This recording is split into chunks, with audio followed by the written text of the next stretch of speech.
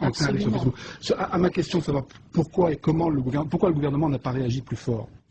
Le gouvernement a réagi vraiment fort. Il y a une police de l'Internet, il y avait une police de l'Internet en Tunisie qui est extrêmement agressive, particulièrement vicieuse, dans laquelle nous on est rentré chez World Wide Web il y a 1 an en pensant avoir affaire à des islamistes et pour s'apercevoir qu'en fait c'était des policiers qui jouaient aux islamistes pour terroriser la population. Et on les a complètement mis à découvert. Et ça. Sur Internet, vous pensiez avoir affaire à des islamistes et en fait vous vous êtes rendu compte que c'était des agents de l'État qui se faisaient passer pour des islamistes. Absolument. Une affaire montée de toutes pièces par des agents de l'État pour faire croire à la population à la présence massive d'islamistes très agressifs sur Facebook et les terroriser littéralement. Donc ils sont quand même très sophistiqués. Et il y a des techniques de community management, comme on dit chez les professionnels, qui sont stupéfiantes. Parce que c'est vraiment au niveau d'un pays tout entier. Il s'agit de terroriser 1,5-1,6 millions de Tunisiens. C'est pas rien.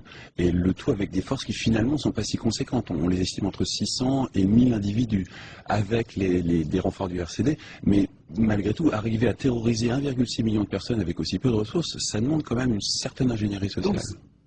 Donc ça, c'est la manipulation. Mais est-ce qu'il y a des moyens techniques de baisser les débits, de fermer, d'interdire?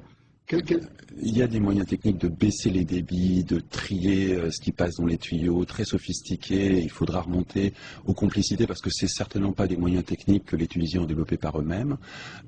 Ils ont eu des complicités de la part de grands noms de la technologie, de la même façon que, en son temps, IBM a assisté le régime nazi pour la Shoah, en informatisant la Shoah.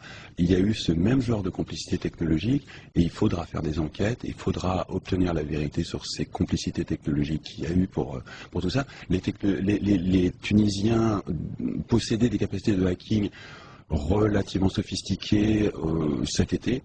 Là, récemment, ils se sont fait découvrir avec des techniques de hacking beaucoup plus compétentes. On ne sait pas encore très bien si c'est des techniques qu'ils ont intégrées eux-mêmes dans leur savoir-faire, s'ils ont outsourcé ça sur des mercenaires externes, mais il y a une montée en puissance ces dernières semaines qui est spectaculaire.